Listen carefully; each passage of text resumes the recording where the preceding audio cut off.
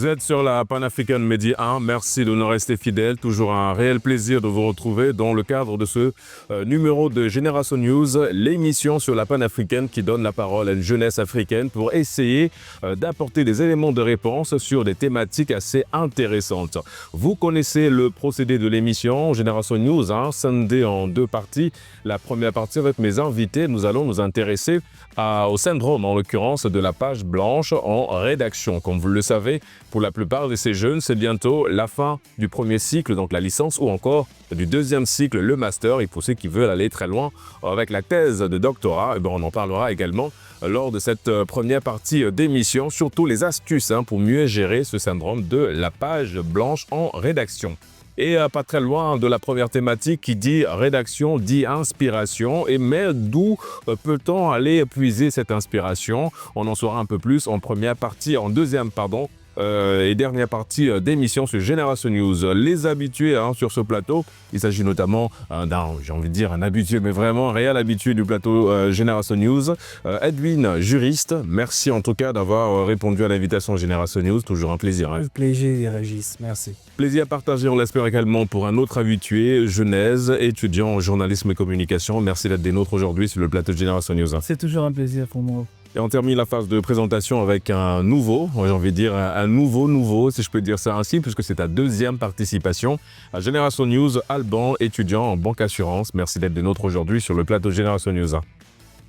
Les amis, on démarre avec la première thématique. Alban, je démarre avec toi, puisqu'on parle de la rédaction, rédaction de façon un peu plus générale, mais surtout du syndrome de la page blanche. Toi, tu es vraiment dans la thématique parce que tu es en fin d'études en ce qui concerne évidemment le master. Tu es dans la phase de rédaction. Comment ça se passe pour ton mémoire? Bon, ma phase de rédaction se passe plutôt bien parce que c'est un thème que j'ai choisi moi-même. D'accord. Donc, j'ai pas trop de difficultés à démarrer ou à écrire parce que là, je suis même déjà au niveau de la fin. J'ai bien commencé. C'est combien de pages recommandé, c'est 52 et là, je suis à la 65 et quelques. Ah ouais, en fait, toi, tu as dépassé complètement le... Ouais. Et justement, et par rapport à ça, qu'est-ce qui fait que... est-ce que tu as rencontré justement les difficultés quand on parle du syndrome de la page blanche? Est-ce que c'est quelque chose que tu as côtoyé tout au long de la rédaction de ce mémoire? Pour ce mémoire, non, mais c'est quelque chose que j'ai déjà eu auparavant. D'accord. Et les fois où j'ai eu ça, c'est parce que c'était des sujets que je n'avais pas préparés moi-même. Je ne connaissais pas forcément la thématique. Et c'est des sujets qu'on m'a posés sur le plateau. Je devais juste travailler dessus. Mais avec ce sujet-là, c'est moi-même qui l'ai choisi. Donc, je démarre plutôt bien et je m'en sors plutôt bien. Et pourquoi on a vraiment du mal, Edwin, à démarrer lorsqu'on est en face de ce syndrome de la page blanche? Ça part d'où déjà? Mais ça part de quelque chose de simple. Contrairement à ce qu'Alban dit, que c'est le sujet, c'est-à-dire lorsqu'on choisit le sujet, il est plus facile. Moi, je dirais, c'est pas tant le sujet qui pose problème, c'est plutôt les informations en rapport avec le sujet. Parce que pourquoi on arrive à la page blanche, c'est parce que je me dis, on a un manque d'informations. On a un manque d'informations, pourquoi? Tout simplement parce qu'on ne cherche pas assez ou on ne sait pas chercher. Parce qu'il y a chercher et savoir chercher. On a un sujet, on cherche. Est-ce qu'on cherche par exemple sur un moteur de recherche comme Google et on se limite à cela? Non. Il faut pousser un peu plus la réflexion. Ouais, des bibliothèques. Il y a des bibliothèques, il y a des sites aujourd'hui spécialisés dans la recherche par rapport à des thèmes bien précis. Il y a un certain nombre d'éléments qu'on retrouve aussi plus, je veux dire, au niveau de certaines administrations ou de certains milieux par rapport à peut-être des bibliothèques traditionnelles. Exactement. Par exemple, je pense qu'Alban est en train d'écrire dans le domaine de la banque et finance, ou assurance. finance, assurance. Là, il y a par exemple des informations qu'il peut avoir sur Internet, il y a des informations qu'il pourra avoir au niveau de certains ouvrages, mais il y a des informations, s'il ne se rapproche pas de ce monde qui est la banque, la finance et l'assurance, où c'est un peu plus, on va dire, codifié. Justement, Alban, est-ce que ça a été le cas pour toi? Je veux dire, est-ce que tu as suivi un peu cette démarche que Edwin vient de souligner? Tu es allé vers ces institutions-là? C'est une obligation d'aller vers ces institutions parce que tu ne peux pas écrire sur un sujet sans contacter les entités elles-mêmes. Parce que tu vois, il faut des informations qui sont pertinentes que seules les entités savent. Et même là, après, il y a des difficultés parce que ces entités ne veulent pas donner des informations car elles sont très sensibles. Donc, je suis obligé de faire le tour de plusieurs entités, en fait. D'accord, mais comment tu as réussi à convaincre Parce que oui, enfin, ce sont des données personnelles, hein, c'est assez... c'est ça. Déjà, il fallait que je prouve vraiment que c'était pour le cadre de rédaction des mémoires. Donc, il m'a fallu avoir des autorisations de l'école. Et j'ai dû aller d'abord à l'agence, comment on appelle ça, de sécurité nationale, pour qu'elle me donne aussi un décret pour que je puisse aller dans les banques avec. Oui, parce que rappelle-nous la thématique de ton mémoire. Ça La parle thématique de mon mémoire, c'est la cybercriminalité au milieu bancaire. cybercriminalité. Oui, évidemment qu'à ce niveau-là, Donc, c'est des informations très sensibles qu'ils ne veulent pas forcément partager. Le syndrome de la page blanche, mon cher Genèse, en tant qu'étudiant en journalisme et communication, les reportages, les enquêtes, les analyses, ça demande une réflexion quelque part. Comment toi, est-ce que déjà tu as été au contact de ce syndrome de la page blanche et comment toi tu arrives un petit peu à mieux gérer cette situation? Bon, déjà, c'est quelque chose qui est majoritairement dû au stress ou sinon à l'anxiété. Mais comme je sais que c'est un travail que je conçois ou encore que moi-même je mets en place, il y a moins de pression. Maintenant, comme on le dit souvent, ce qui se conçoit bien s'énonce clairement et les mots pour l'exprimer viennent aisément. Exactement. Voilà. Donc, je prends le temps ou je prends la peine de bien accentuer mes idées pour facilement pour éviter le problème le syndrome de la page blanche. Maintenant, comment l'éviter? C'est comme je l'ai dit, il faut déjà bien concevoir ses idées en tête pour que ce soit plus facile de l'exprimer parce qu'en principe, c'est juste quelque chose, comme certains ont tendance à dire que l'idée est là, mais je ne sais pas quoi écrire. Donc le réel problème, c'est même comme Edwin l'a souligné à long terme que c'est peut-être dû au manque d'information. Ce n'est pas vraiment le manque d'information. Parce que même lorsqu'on a cette information-là, le problème, c'est comment maintenant développer ou comment argumenter. Et c'est là le vrai problème. Comment faire sortir ces idées? Comment faire sortir ces idées? Réaliser les... Voilà, et au moins les retranscrire sinon. Voilà. Voilà, donc le réel problème, il est là. Et moi, pour ne pas... Sinon, pour braver ce genre d'obstacle, je commence par des mots-clés. Donc, je mets les mots-clés de cette idée. C'est une idée, voilà, je mets l'idée et après maintenant on va dire que j'agence les idées et après je viens simplement les développer pour que ça soit plus facile pour moi d'éviter ce problème de syndrome de la page blanche. Mais justement par rapport à ça, toi tu es en 3e année, c'est bien ça? En Master 2, donc le mémoire aussi, oui. Il est en cours. Est-ce que le sujet, tu l'as déjà? Oui, le sujet, je l'ai déjà. D'accord, la rédaction, pas encore? Non, pas encore. D'accord. Voilà. Et quels peuvent être les dangers, Edwin, je veux dire, de ces syndromes de la page blanche, le danger derrière?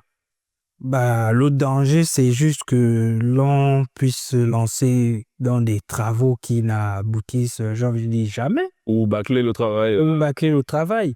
Et moi, je veux revenir sur ce que Genèse a dit. En fait, quand je parle des informations ici, c'est parce que l'information, c'est le socle même de la rédaction. On ne peut pas rédiger sans information en réalité. Pourquoi? Parce que pourquoi on n'arrive pas à s'organiser? Pourquoi on n'arrive pas à émettre des idées sur le papier? C'est justement parce qu'on en manque l'information.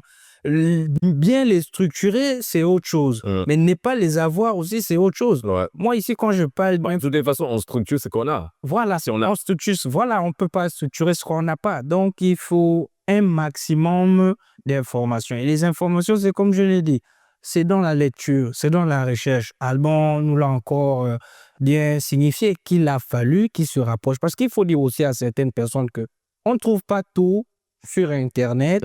On ne trouve pas tout dans certains ouvrages. Il faut se rapprocher spécifiquement de certaines entités parce qu'il n'y a que ces entités-là qui détiennent un certain nombre. Et c'est pour la crédibilité du travail aussi derrière, quelque part.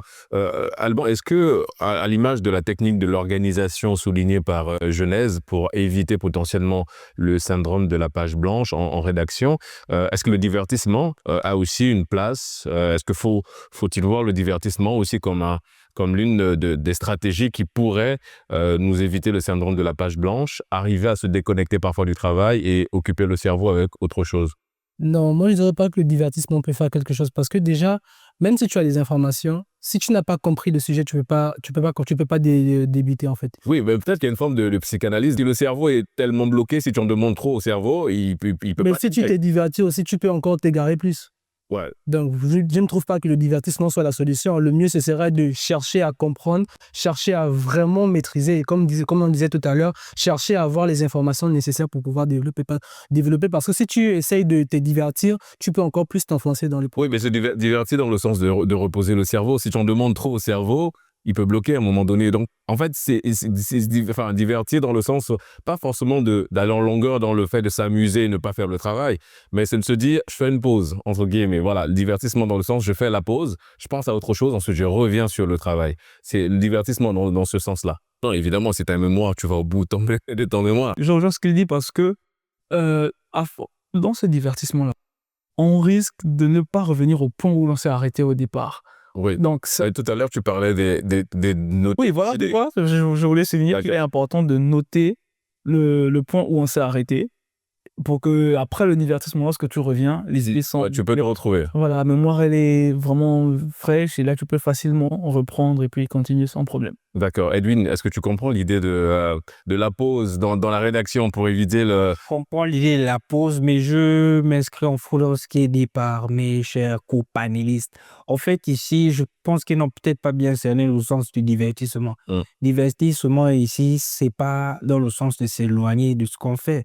Non, c'est-à-dire que le cerveau et ce muscle-là, j'ai l'habitude de dire, qui est super performant, il est indescriptible, mais qui a ceci de particulier, c'est que si on le charge aussi trop avec certaines informations, à un moment, c'est comme un ordinateur, il se plante. Donc, il faut laisser un petit temps pour qu'il puisse se redémarrer. Donc, à ce niveau, lorsqu'on se lance dans un travail de rédaction, si on est buté à un moment, il faut prendre le temps de se reposer, laisser reposer le cerveau, comme on dit. C'est-à-dire prendre un petit temps de recul pour essayer de voir qu'est-ce qui n'a pas marché. Aller laisser même 2 à 3 jours sans revenir sans y penser même. Il faut vous déconnecter complètement du travail pour permettre au cerveau de reprendre un état, on va dire, assez de sorte à ce qu'il puisse redémarrer. Et ensuite, revenir, essayer de voir où on a chuté et relancer la machine. Parce que si on force aussi, c'est ça le danger, on risque d'être buté au point où on craque complètement et on abandonne. Exactement. Parce que de toutes les façons, même quand on fait la pause, l'idée de finir le mémoire est toujours dans un coin de nos têtes. Et généralement, c'est quand, je sais pas si ça vous arrive, mais quand tu fais une petite pause sur un travail et quand tu reviens, les idées, tu as l'impression que ça s'agence. Voilà, toute seule, et à partir de ce moment-là, tu comprends que bon, peut-être que mon cerveau avait juste besoin de respirer un petit peu, ensuite de revenir. Genèse, on parle du syndrome de la page blanche. Faisons un petit tour dans le milieu professionnel. Est-ce que la pression, par exemple, quand tu dois rédiger un rapport de mission ou un autre document aussi important, la pression, parce que le fond te donne un timing, j'ai besoin de ce rapport dans 2 jours, dans 3 jours, est-ce que la pression aussi ne facilite pas un petit peu ce syndrome de la page blanche parce qu'on hésite, on ne sait pas trop quoi écrire? Oui, très souvent. Je prends surtout l'exemple dans le domaine du journalisme. En rédaction, si on te dit qu'il y a une actualité qu'il faut vraiment traiter aujourd'hui, le reportage doit se faire aujourd'hui et la diffusion aussi, il y a quand même cette pression qui te fait sentir comme si tu ne savais pas par quoi démarrer. Et pourtant, tu as le sujet, tu as même l'angle d'attaque. C'est souvent difficile. Ouais, ça a toutes les infos. Voilà. Ouais. Mais c'est parfois plus difficile au niveau du papier, lorsqu'on rédige le papier pour la voix off, là aussi parfois tu te dis, bon, je vais commencer par quoi exactement? C'est aussi ça s'inscrit surtout dans cette dynamique où on n'arrive pas à choisir.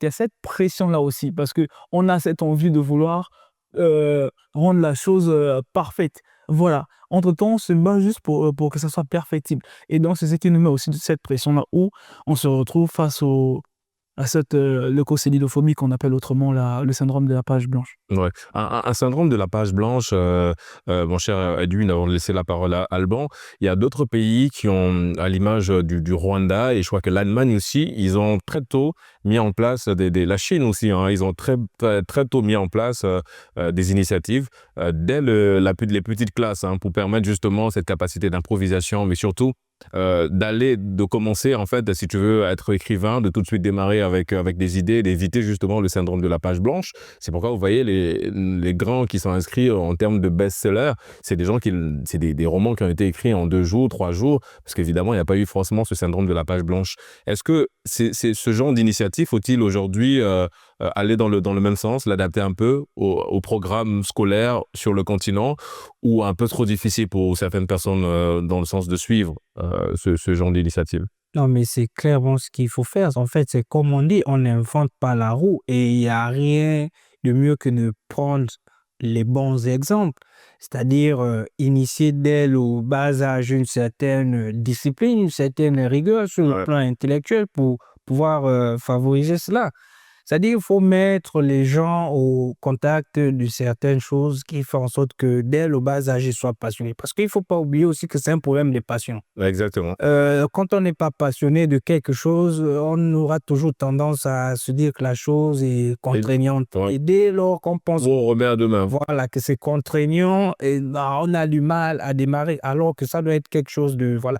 Et j'aimerais revenir sur ce que Genèse a dit, et tu l'as dit d'une certaine manière, mais justement aussi, il y a un point aussi, c'est que la page blanche peut être aussi causée par un trop plein d'informations. D'informations. Ouais. C'est-à-dire, on en a tellement emmagasiné aussi qu'à la fin, on ne sait plus quoi mettre. Et là aussi, il faut un travail derrière qui consiste à avoir la capacité de tri pour pouvoir prendre les informations les plus pertinentes.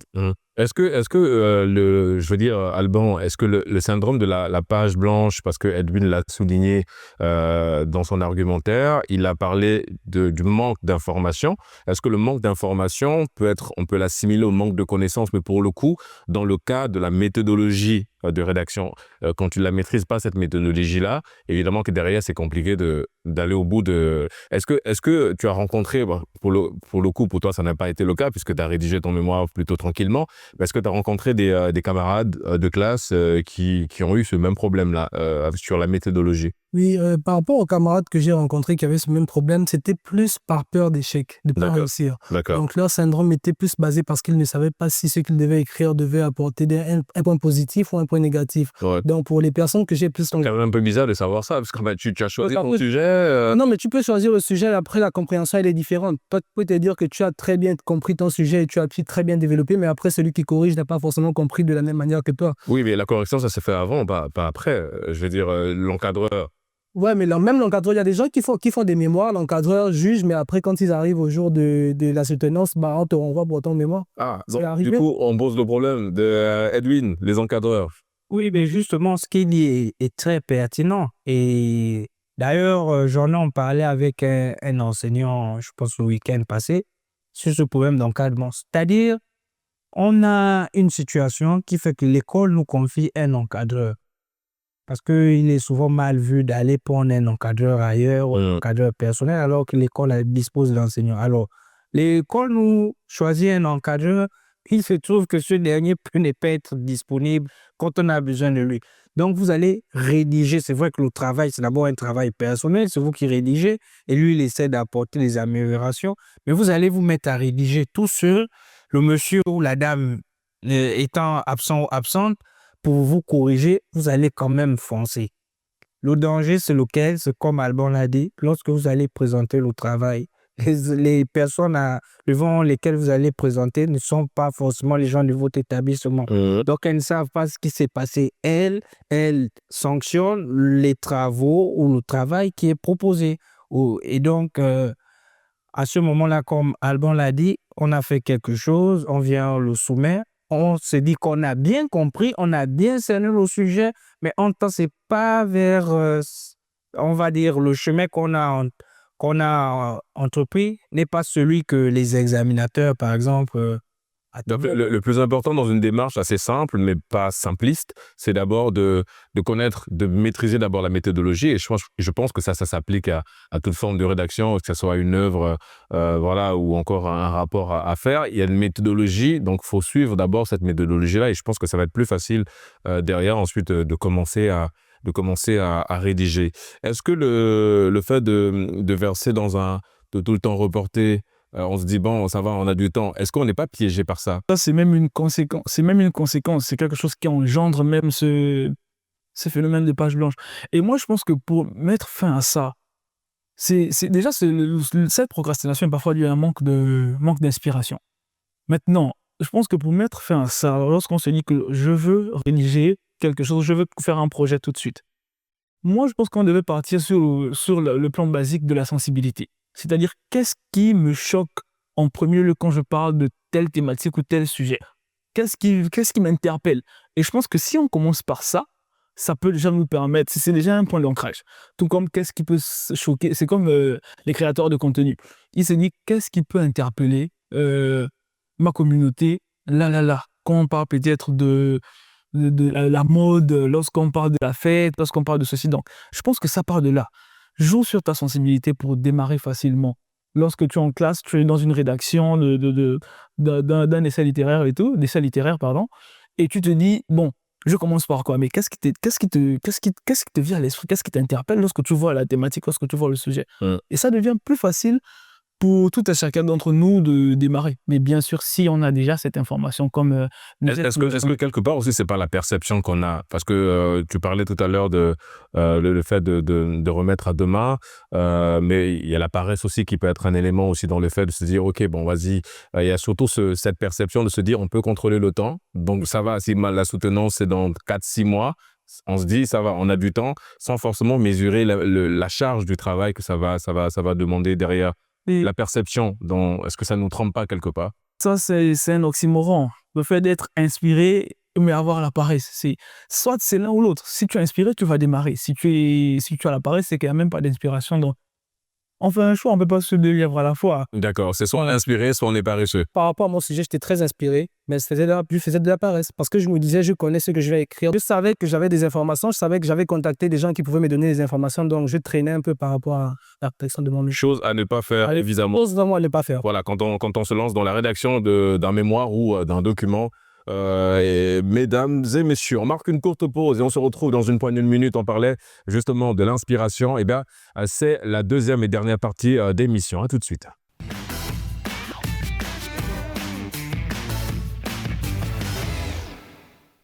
De retour sur le plateau de Génération News pour la deuxième et dernière partie d'émission. Juste avant la pause, je vous l'annonçais, nous allons parler de l'inspiration. D'autres termes, où peut-on aller puiser cette inspiration? Genèse, ton inspiration, où vas-tu la puiser généralement quand tu es en manque d'inspiration?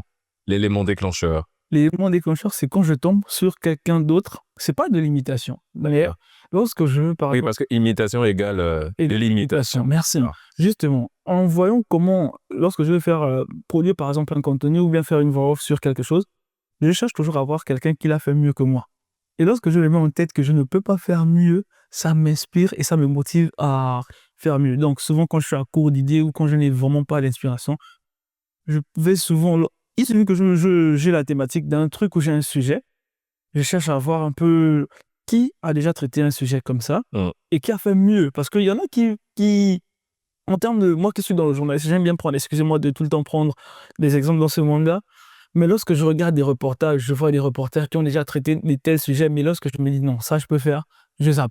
Moi, mon inspiration, c'est sur quelque chose qui n'a pas encore eu. C'est dans l'innovation. En fait, c'est dans le défi, le challenge. Exactement. D'accord. Je me bats toujours. C'est dans l'innovation vraiment que je trouve mon inspiration. D'accord. Mais justement, ça t'est déjà arrivé d'être en cours d'inspiration sur un truc? À plusieurs reprises. L'inspiration, là, tu parles du journalisme. Oui. Mais l'inspiration, ça peut être dans le fait de s'habiller. Par exemple, ce matin, tu as été inspiré par quoi? Tiens, le rouge ce matin. J'ai été inspiré par une couleur dans la chambre. D'accord. Dans l'armoire, en ouvrant l'armoire, j'ai vu qu'il y avait une chemise rouge et un pantalon noir en bas. D'accord. Donc j'ai vu et puis je me suis dit, bon là, et même là, ça date hier. D'accord. Bon, t'as veillé aux couleurs de la Saint-Valentin, le rouge et le noir. Edwin, c'est vrai qu'on parle de l'inspiration, la thématique, on va s'accrocher à cette thématique. Où peut-on puiser son inspiration?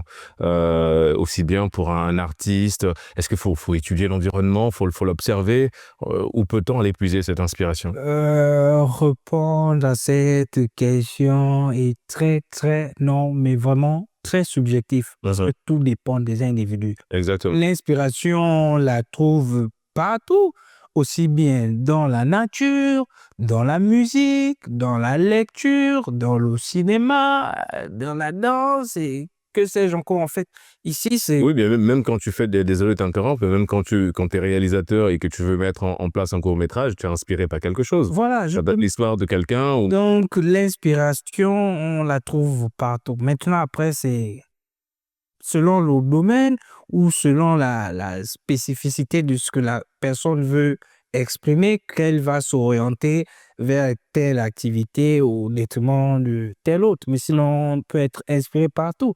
Le fait d'être là sur Génération News, par exemple, ça peut m'inspirer. Je ne sais à quoi au sortir de là, mais je peux me dire, ah oui, tiens, on a eu à aborder telle thématique avec Genèse, Alban et tout. Je veux mettre en place tel ou tel truc, quoi. Donc, voilà. Est-ce qu'aujourd'hui, on peut voir l'inspiration comme un catalyseur aujourd'hui pour une jeunesse qui a besoin de se montrer, qui a besoin d'innover? L'inspiration et l'innovation, est-ce que c'est vraiment une équation, on va dire, gagnante? Il faut bien que l'inspiration soit un catalyseur. Parce que l'inspiration ici, pour cette jeunesse, renvoie presque, j'ai envie de dire, à un modèle, à un moyen d'appui, à une forme de, comment dire, de guide en quelque sorte. C'est-à-dire, s'ils sont en manque de repères, ils ont un repère, ils ont une façon de voir, ou du moins, il y a quelqu'un qui a déjà eu à faire des choses par rapport à telle chose, comme je l'ai dit, et eux, par rapport aussi à leur recherche ou par rapport à ce qu'ils veulent, ils peuvent s'en inspirer. Donc, c'est un catalyseur. Et quand on parle d'inspiration, Alban, déjà, toi, tu as été inspiré sur ta thématique pour le mémoire. On en a parlé en première partie d'émission. Et ensuite, tu es passé à l'acte. Donc, est-ce qu'aujourd'hui, il faut voir l'inspiration? Parce que généralement, quand on est inspiré, on passe à l'acte. Est-ce qu'il faut voir l'inspiration comme le risque, le fait de prendre des risques? Je dirais pas que c'est comme une sorte de pour prendre le risque, hein, prendre un risque. Parce que l'inspiration, c'est ce qui peut te motiver à déclencher. C'est un élément déclencheur. D'accord. C'est pas forcément l'élément déclencheur qui te pousse à faire la chose. Ok. Je sais pas si vous comprenez ce que je veux dire. Non, je te suis Voilà, parfaitement. donc, D'accord. c'est pas parce que tu as eu de l'inspiration que tu vas commencer à juste écrire ou à avancer sans forcément avoir des idées plus claires, en fait. Parce que l'inspiration, c'est le début. juste un début. Oui, Voilà, c'est l'élément déclencheur. c'est l'élément Mais déclencheur. comment faire pour nourrir cette inspiration-là? Toi, déjà, comment tu t'as fait pour... À sa source d'inspiration. D'accord. Chacun a sa source Et d'inspiration. la tienne, c'était quoi? Quoi ta source? Voilà, tienne, c'était plus dans la lecture. J'ai beaucoup plus lu les articles qui concernaient la cybercriminalité et j'ai beaucoup aussi regardé. Sur YouTube, je regarde un gars qui s'appelle Sandoz. C'était vraiment lui mon inspiration parce que lui, son activité sur YouTube, c'est de démasquer les cybercriminels. Donc, c'était plus lui ma source d'inspiration en fait par rapport à la rédaction de mon mémoire. D'accord. Et qu'est-ce que tu as puisé dans toutes ces sources d'inspiration? Qu'est-ce que tu retiens? Qu'est-ce que tu tires, en fait, généralement? Ce que je tire généralement, c'est les parties les plus importantes déjà, parce que je me dis pourquoi je pense forcément à lui. En fait, j'avais déjà des idées dans ma tête depuis en me disant sur quoi je peux me baser pour pouvoir écrire mon mémoire. Donc, sur le coup, j'avais vu sa vidéo il y a une fois. Je me suis dit, il y a un gars sur YouTube qui fait des vidéos. Bah, va regarder ses vidéos. Et après, je me suis dit, bon, lui, il parle bien de la thématique, il connaît bien la thématique, c'est quasiment son travail. Donc, j'ai essayé de prendre le positif de ce qu'il parlait et après, je me suis dit, D'accord. Alors, c'est vrai que on va peut-être revenir un peu sur l'aspect purement genèse psychologique de l'inspiration. Généralement, on a tendance à le verbaliser, c'est-à-dire que lorsque tu es dans une conférence, tu as du mal à parler, on se dit « Ah tiens, il en manque d'inspiration, ce n'est pas grave ». Et on a l'impression que cette phrase a tendance parfois à nous toucher de l'intérieur parce qu'on sous-entend que soit on ne maîtrise pas le sujet, soit on ne connaît rien de ce qu'on est en train de dire. Pourquoi, sur le plan psychologique, ça touche quand on te dit que tu es en manque d'inspiration? Ce qui peut arriver quand on n'a pas vraiment les idées. Parce qu'au départ, ce n'est pas forcément un manque d'inspiration. C'est la spontanéité. C'est un manque C'est le fait de traduire cette inspiration-là. On n'a pas le bon canal, en fait, de traduction. Non? Bon, permettez l'expression, le bug ou le blackout que les personnes expriment lors d'une conférence, parfois ce n'est pas un manque d'inspiration. C'est parfois dû à ce manque de fluidité-là. C'est on va dire ça comment? Le public aurait souhaité que les paroles soient plus fluides, spontanées, mais ce n'est pas le cas. La personne préfère aller mot par mot ou bien phrase par phrase. Mais le problème encore est que là, ça te fait perdre le rythme, la vitesse. Voilà pourquoi il y a ce décalage qui laisse penser que c'est le manque d'inspiration. Et donc voilà pourquoi quelquefois ça touche quand on vous dit que vous êtes en manque d'inspiration. Mais qu'est-ce qu'on interprète dans cette phrase-là? On interprète par là qu'on n'est pas pertinent. D'accord. Voilà, et c'est ça qui fait en sorte que ça frustre légèrement. Pour dire que donc apparemment, il y a pas ce verbe, je n'ai pas ce verbe-là qui me permet de convaincre ou bien de persuader l'audience. S'inspirer, Alban, c'est aussi observer le monde d'aujourd'hui en prenant le cas des artistes. On a un mélomane là sur ce plateau, c'est Edwin qui consomme énormément la musique de l'Afrique de l'Ouest ou l'Afrique centrale ou l'Afrique de l'Est, bref, la musique africaine. Est-ce que on voit que les artistes s'inspirent beaucoup de tout ce qui est en lien avec le ressenti, donc les sentiments, que ce soit la joie, le décès, l'amour, j'en passe. C'est aussi une observation quelque part. On s'inspire aussi de ce qu'on voit, comme il a dit, de la nature. Est-ce que toi, par exemple, s'inspirer, c'est sortir dans la rue, aller marcher un petit peu Oui, ça peut arriver que parfois, quand tu es en cours d'inspiration, tu sortes pour marcher parce que tu ne sais pas sur quoi tu peux tomber. Donc, parfois sortir, parfois écouter de la musique, parfois essayer de regarder de la télévision. L'inspiration vient de partout, en fait. Tu ne sais pas où l'inspiration vient. Tu sais, c'est nous qui provoquons quelque Non, chose. c'est pas nous qui provoquons l'inspiration. Ça vient tout seul. Provoquer. Mais si tu ne sors pas de chez toi, tu n'as jamais... C'est pas forcément parce que tu es sorti. Ça peut être autre chose en restant à la maison seulement, ça peut arriver. Donc, c'est pas forcément provoqué par nous-mêmes. Pas forcément dû au fait que l'on se soit déplacé ou que l'on ait été dans un certain milieu.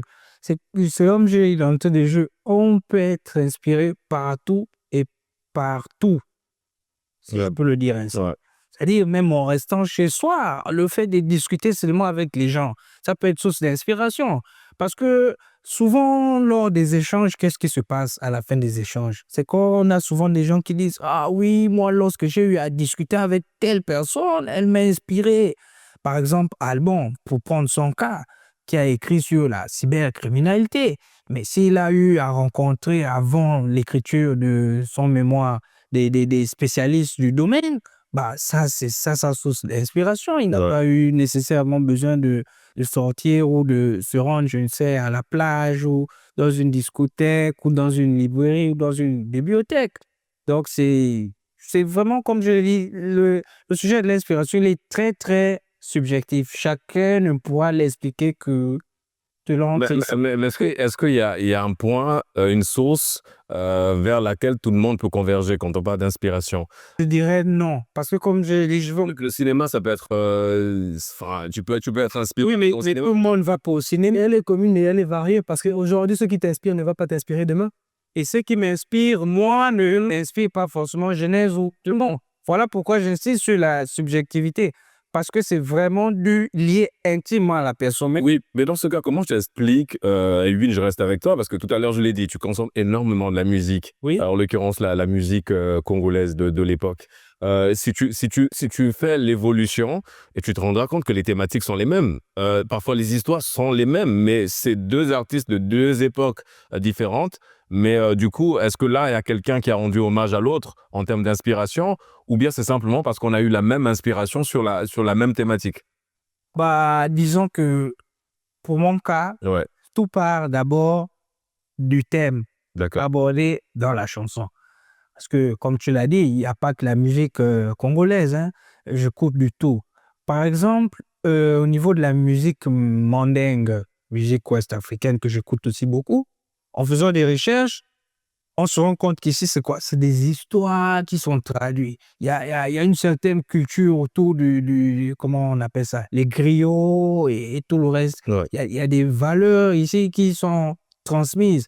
Maintenant, après, entre celui qui l'a fait avant, donc l'ancien artiste, et l'artiste de la nouvelle génération, l'artiste de la nouvelle génération va toujours vous dire que si je suis là aujourd'hui, c'est parce que j'ai été inspiré par tel ou tel ou tel artiste avant moi. Ouais. Mais justement, il a été inspiré, c'est parce qu'il s'est retrouvé dans ces valeurs inculquées par l'artiste, on va dire, son dévancier. D'accord. Donc l'inspiration, ça peut être aussi, ça crée des passions. Ça crée des passions, ça crée des métiers, et puis voilà.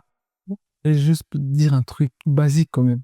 Le problème avec l'inspiration et le manque d'inspiration même, c'est surtout lié au fait que pour s'inspirer, il y a des gens qui se concentrent un peu trop. Entre-temps, l'inspiration, il faut vraiment faire le vide de l'esprit. Je prends exemple sur un chanteur et même rappeur qu'on connaît, je pense, Blacko, qui a tendance à faire des chansons qui parlent de la vie en général. Et il y a une chanson où dans le titre, c'est « Accroché à mes rêves », où la première phrase, c'est « Comme tout le monde, j'ai un but, comme tout le monde, j'ai un rêve, et la vie est mon professeur, je suis son élève ». Mais quand on regarde, lorsqu'on analyse, on se rend compte que c'est vrai que la vie nous donne des leçons, nous sommes ses élèves. Et donc, pour très souvent s'inspirer, il suffit de regarder sans trop se compresser les neurones. Vraiment, regarder avec l'esprit ouvert. La preuve en est, la plupart de nos chanteurs qui chantent sur la vie, lorsqu'ils donnent son opinion sur la vie, toi, tu es capable de dire non, chez moi, ce n'est pas le même vécu. Mais qu'est-ce qui te permet de dire que ce n'est pas le même vécu? Il te suffit d'écouter.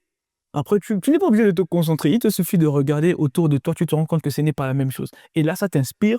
Et tu peux aussi partir de là pour créer une autre chanson qui contredit la sienne. Ouais. Et donc, moi, je pense que la question sur l'inspiration, c'est une question de, on va dire ça comme une ouverture d'esprit. L'esprit, c'est comme un parachute. Ça ne fonctionne que quand c'est ouvert. Donc, il faut être ouvert à l'esprit pour très facilement être inspiré. Est-ce que, avant de donner la parole à David, Edwin, je reviens vers toi en quelques minutes avant de donner la parole à Alban, pardon. Est-ce que, quelque part, l'inspiration, l'autre point sombre aussi de l'inspiration, alors sombre, entre guillemets, hein, c'est une façon de parler, bien sûr, mais je veux dire peut-être le côté un peu néfaste de l'inspiration, ça peut être la similitude, quelque part. Aujourd'hui, je sais pas, enfin, je te sais très curieux, il y a une juriste congolaise aujourd'hui qui porte plainte d'un grand écrivain français parce qu'elle s'est rendue compte que l'œuvre de cet écrivain qui est un best-seller aujourd'hui est en fait une copie parfaite de l'œuvre, de son œuvre à elle, alors qu'elle l'a jamais exposée, mais elle se rend compte que l'intègre tout ressemble effectivement à son histoire.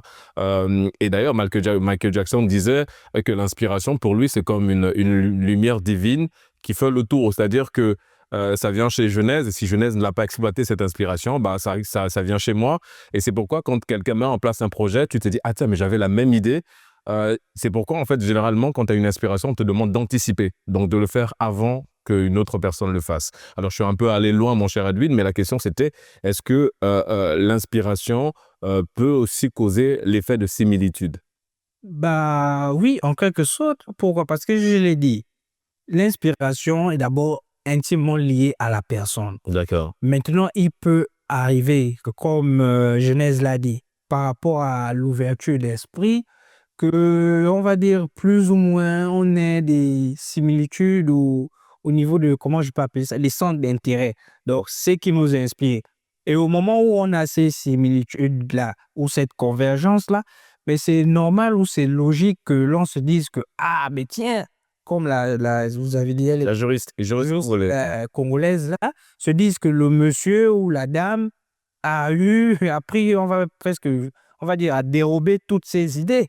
Mais ça peut être du fait que les deux soient intéressés sur une même thématique et que les éléments utilisés pour pouvoir développer cette thématique-là. Donc, en Oui, fait, c'est je comprends même. bien, la similitude, ou bien l'effet de similitude, part forcément d'un travail déjà fait. Oui, Voilà, c'est pas une simple idée, mais c'est un travail déjà fait. Si quelqu'un fait aujourd'hui un travail sur la cybercriminalité dans des banques, sachant que Allemand est déjà un devancier. on aura tendance à dire que la personne a peut-être triché Ouais. ou a eu à prendre les travaux d'allemand, alors que c'est pas forcément le cas. La personne aussi a peut-être entamé la même démarche qu'allemand, celle de se tourner vers Les banques, les entreprises. les institutions qui ont l'information et organiser ça et présenter le travail. Il y a un autre point aussi, Alban, c'est vrai que quand on parle de l'inspiration, revenons un petit peu sur l'autre côté. Là, je vais insister sur le côté sombre de la chose, parce que malheureusement, il y en a pour s'inspirer, versent dans des choses pas très reluisantes. Est-ce que c'est quelque chose qu'on peut comprendre, ou bien du coup, on se dit, parce que vous avez laissé entendre que l'inspiration c'est partout, est-ce que le partout a ses limites?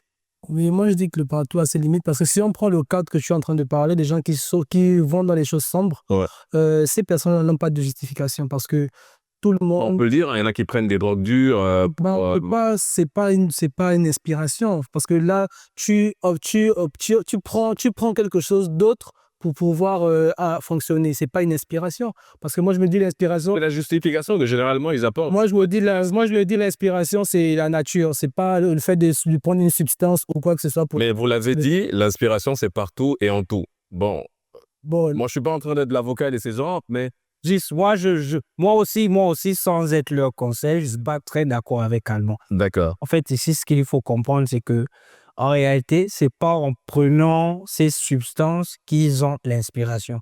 Mais ces substances déclenchent leur inspiration. C'est un peu comme quitter les jeux soit et aller à la plage Mm. et se retrouver à prendre du vent, par exemple. Ce vent-là, lorsqu'il nous frappe, il réagit, on peut dire en quelque sorte, un peu comme ces substances-là. Donc, il nous inspire. C'est comme quitter, je sais, par exemple, je sais pas moi, prendre un vélo, pédaler. Et ça peut aussi, voilà, c'est un élément, en fait, c'est des éléments déclencheurs. Maintenant, est-ce que c'est recommandé ou c'est bien? Ça, c'est, je pense, un autre débat. Je pense qu'Alban a raison de dire que ce n'est pas de l'inspiration parce que ça ne découle pas, ça ne dépend pas des muscles mentaux. C'est ça le problème. Si on prend une substance pour que ça ouvre facilement notre cerveau, notre esprit, là, ça, ce n'est plus une inspiration. Ouais, parce qu'il y a beaucoup qui le font avec les boissons énergisantes, par exemple. La substance, c'est juste l'élément déclencheur, en fait. C'est juste pour doper.